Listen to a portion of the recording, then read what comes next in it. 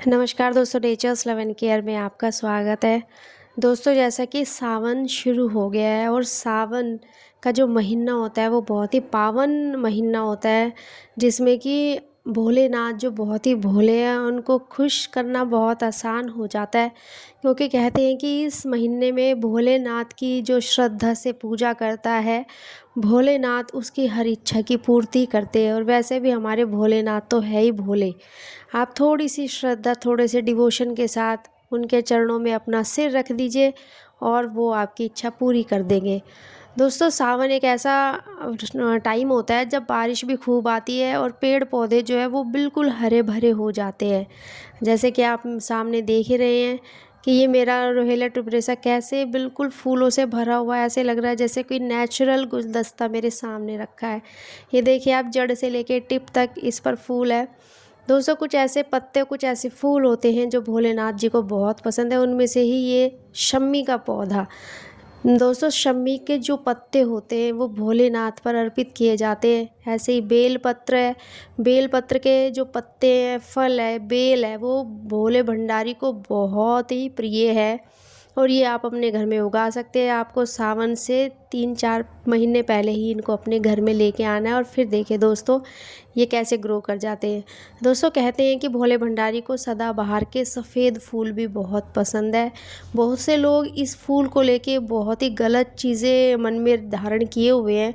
चंपा और केतकी के अलावा भोले भंडारी को श्रद्धा से आप सभी फूल अर्पित कर सकते हैं। जैसे मधुमालती, मधुमालती भी भोले भंडारी को बहुत ही प्रिय है।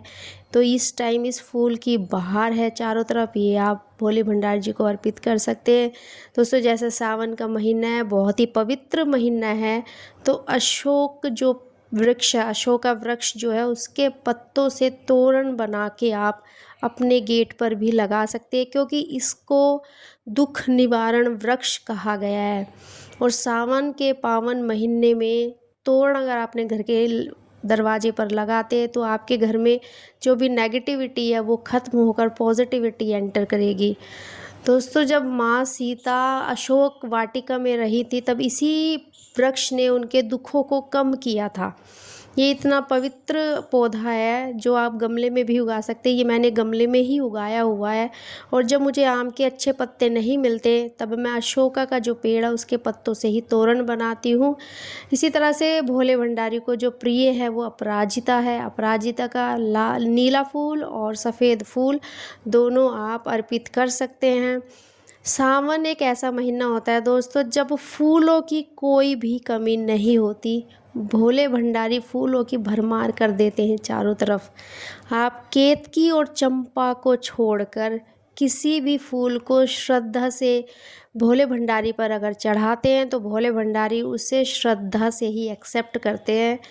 क्योंकि आपके मन में अगर श्रद्धा है तो आप कोई भी फूल चढ़ाइए, भोले भंडारी खुश होकर उसको लेते हैं।